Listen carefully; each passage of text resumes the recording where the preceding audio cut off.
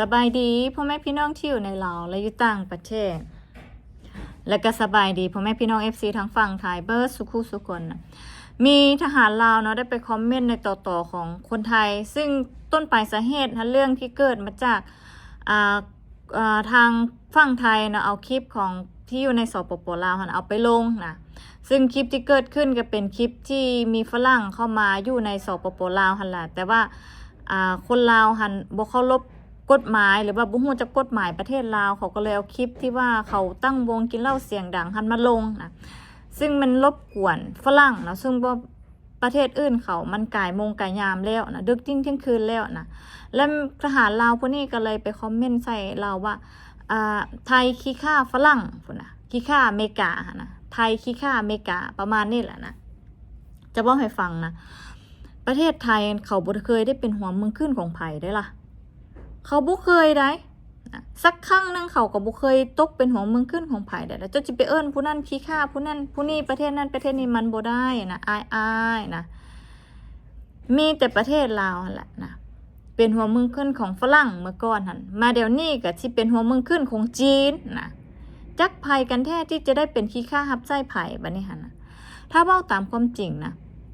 ไทยนี่เขาเป็นประเทศเสรีเขาอยู่กันแต่โดนแต่นานเขามีความสัมพันธ์ที่ดีกับอเมริกามาตลอดนะ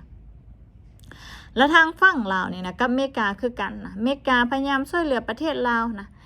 แต่พวกเจ้ากับบ่ฮู้ซะนะฮู้แต่อย่างเดียวว่าอเมริกาหันมาทำลายประเทศลาวแล้วเขาก็ให้ความช่วยเหลือพวกเจ้ามาตลอดนี่ก็บ่ฮู้หรอกว่าในทหารกรมกองของพวกเจ้าเขาสอนกันเรื่องอเมริกาว่าสอนกันจังใดนะแต่ในความเป็นจริงอเมริกาหันพยายามผูกมั่นไมตรีกับประเทศลาวพยายามช่วยเหลือประเทศลาวมาด้วยตลอดแต่พวกเจ้าไปเห็นความดีของเขาสิ่งที่เขามอบให้สิ่งที่เขาสร้างขึ้นให้พวกเจ้านะถนนหนทางนะโรงเรียนเสื้อบอเมริกาเป็นคนมาช่วยเหลือพวกเจ้าอยู่ในสปป.ลาวเขาให้เงินช่วยเหลือพวกเจ้าปีนึงบ่แม่นน้อยๆแม่นแต่เรื่องเก็บกู้ระเบิดกันเขาให้เงินสนับสนุนพวกเจ้าในเมื่อพวกเจ้าบ่เห็นค่าพวกเขานี่เขาหยุดการช่วยเหลือไปแล้วนะทหารคือเจ้าหั่นน่ะควรจะหาข้อมูลหลายกว่านี้ก่อนสิเว้าออกมานะเจ้าเป็นทหารนี่เจ้าบ่แม่นประชาชนคนธรรมดาบ่แม่นคนตาสีตาสาเด้คำว่าเป็นทหารนี่ถ้าเกิดอยู่ประเทศอื่นนี่จะเว้าออกมาแบบนี้ถือว่าผิดเด้นะผิดวินัยของทหารได้จะจิมาโยงนั่นโยงนี่บ่ได้นะนี่ประเทศไทยนะเขามีการผูกมั่นไมตรีกับอเมริกานี่เขาสานสัมพันธ์กันมานี่เมื่อก่อนนั้นอเมริกาเขาก็มาตั้งถิ่นฐานใจอุตภาวเพราะว่าเขายังมาช่วยเหลือประเทศลาวแต่ในความเป็นจริงประเทศลาวเอามาเล่ามาบ้องให้กันฟังว่าเขามาตั้งถิ่นฐานแล้วเขาก็ยกทัพเข้ามาตีลาวผลมาทิ่มระเบิดใส่ลาวนะเศร้าคิดแบบนั้นจะไปหาประวัติศาสตร์ที่มันมีมูลความจริงมาอ่านนะอย่าสู้ไปอ่านประวัติศาสตร์ที่เกี่ยวเขาเขียนขึ้นมาใหม่มันให้ในสมองพวกเจ้าเงือกไปหน้าเอาประวัติศาสตร์ใหม่ๆนี่ยุ่งนี่มันพวกเจ้าก็เซิร์ชภาษาไทยได้บ่แม่นติฮู้จักภาษาไทยฉะนั้นแล้วพวกเจ้าควรจะหาข้อมูลนี่แหล่งข่าวจากประวัติศาสตร์เก่าๆนะ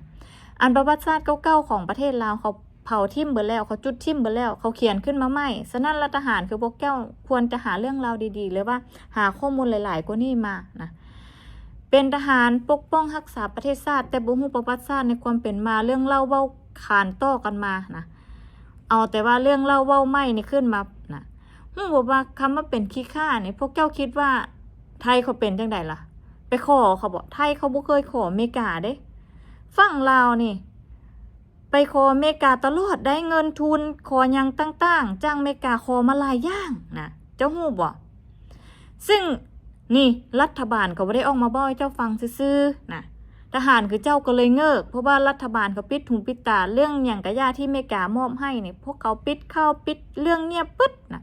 พวกเขาบ่ให้ประชาชนอยู่ในประเทศฮู้เพราะว่าหยังสิ่งที่เขาให้ในพวกเจ้าฮู้แต่เรื่องที่ว่านี่อเมริกามาทิ่มระเบิดนะอยู่ในประเทศลาวมีระเบิดหลายๆนี่ก็เพราะว่าอเมริกามาทิ่มไส้ด้วยเขาบ่ได้บอกความเป็นมาว่าอเมริกามาทิ่มระเบิดไส้ทิ่มไส้เพราะหยังเพราะว่าเขาบ่อยากให้คอมมิวนิสต์มายึดประเทศลาวนี่ประวัติศาสตร์เรามีบ่มีนะเขาเขียนขึ้นมาใหม่เขาเขียนแต่ว่าเขามาทิ่มระเบิดไส้ประเทศลาวตามนั่นตามนี่นะเขาได้หนีเข้าไปลี่ยูพูจังซั่นจังซี่นะประวัติศาสตร์ที่ตัวอันนั้นหาประวัติศาสตร์ใหม่ๆเข้ามาอ่านแม่เดี๋ยวนี้น่ะถ้าได้ภาษาอังกฤษอันแห้งดีภาษาอังกฤษเขาเขียนได้นะ ภาษาอังกฤษเขาก็มีเขียนอยู่นะประเทศอื่นที่เขามีเขียนไว้ให้นะเพราะประเทศลาวหันเขาลบทิ่มมือแล้วมีสิ่งเดียวที่เขาขึ้นมาใหม่ก็คือซุมเซยการนำอัญชลาดช่องใสนะกองประซูมนี่นะประวัติศาสตร์ที่เขาเขียนบ่ได้เล่าถึงประวัติศาสตร์ที่เขาเกิดขึ้นมาเมื่อก่อนนะเป็นยังนะเรื่องกษัตริย์ลาวเขาก็ไม่ได้มีเขียนบอกเล่าไปให้ฉะนั้นนะคนคือพวกเจ้าจึงบ่ฮู้อย่างเดียวฮับไส้อันเจ้านายนะเจ้านายพวกเจ้าคือไผหรอบ่แม่นคนลาวเด้นะเจ้านายของพวกเจ้าก็คือคนที่เขามายึดประเทศลาวเมื่อก่อน อันละเขาก็บอกว่าประเทศลาวหันพวกเขามาปลดปล่อยนะเด็กจึงเห็นให้พวกความคิดของพวกเจ้าโดยบ่ฮู้ว่าที่ไปที่มาหัน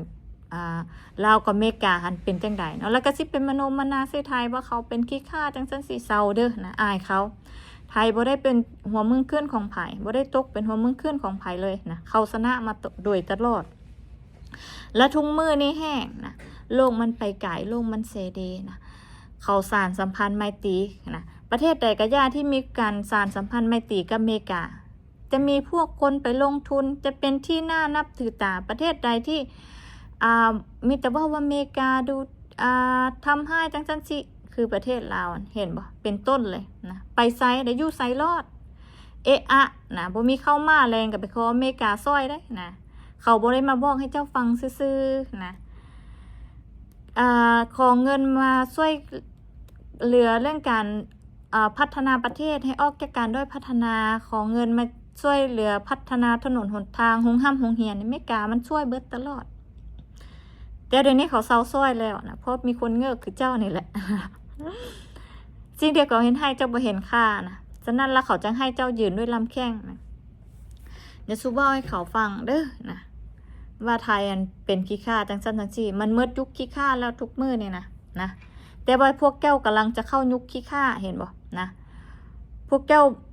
บอกว่าฮับไส้ประชาชนอยู่ในประเทศบ่แม่นได้นะพวกแก้วบ่เคยฮับไส้ประชาชนอยู่ในประเทศได้ทหารคือเจ้าหันพวกแก้วฮับไส้พูดนะพวกแก้วฮู้เดียวพวกแก้วฮับไส้ผู้ใดหันเบิ่งเงงแว่นเบิ่งนะเดี๋ยวนี้เต็มบ้านเต็มเมืองจีนเวียดนะพวกแก้วจะได้ฮับไส้พวกนั้นล่ะอนาคตต่อไปนะฮู้ตัวเองอยู่บ่ฮู้อยู่ว่าผลที่จะออกมาเป็นจังไดนะคิดอยู่บ่ว่าประเทศอื่นเขาจะเป็นคือประเทศลาวว่าต้องเป็นหัวเมืองขึ้นหลังจากที่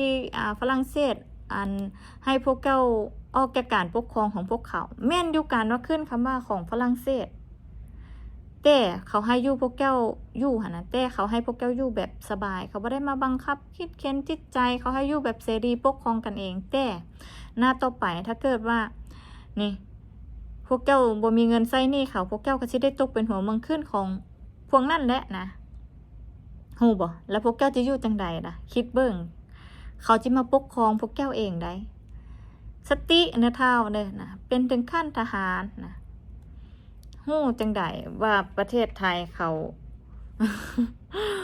ครับเป็นขี้กาบใส่ประเทศอเมริกาโอ้ยนะเจ้าอย่าเอาบรรทัดของเจ้าหนนะที่เป็นอยู่ในประเทศณตอนนี้หนนะไปใส่ไปบอกกับประเทศอื่นไปเว้าประเทศอื่นบอกไปเว้ามามันตกเข้าประเทศลาวหมดมันเกิดขึ้นกับประเทศลาวหมดไทยเขาบ่ได้เป็นขี้ข้าของไผดอก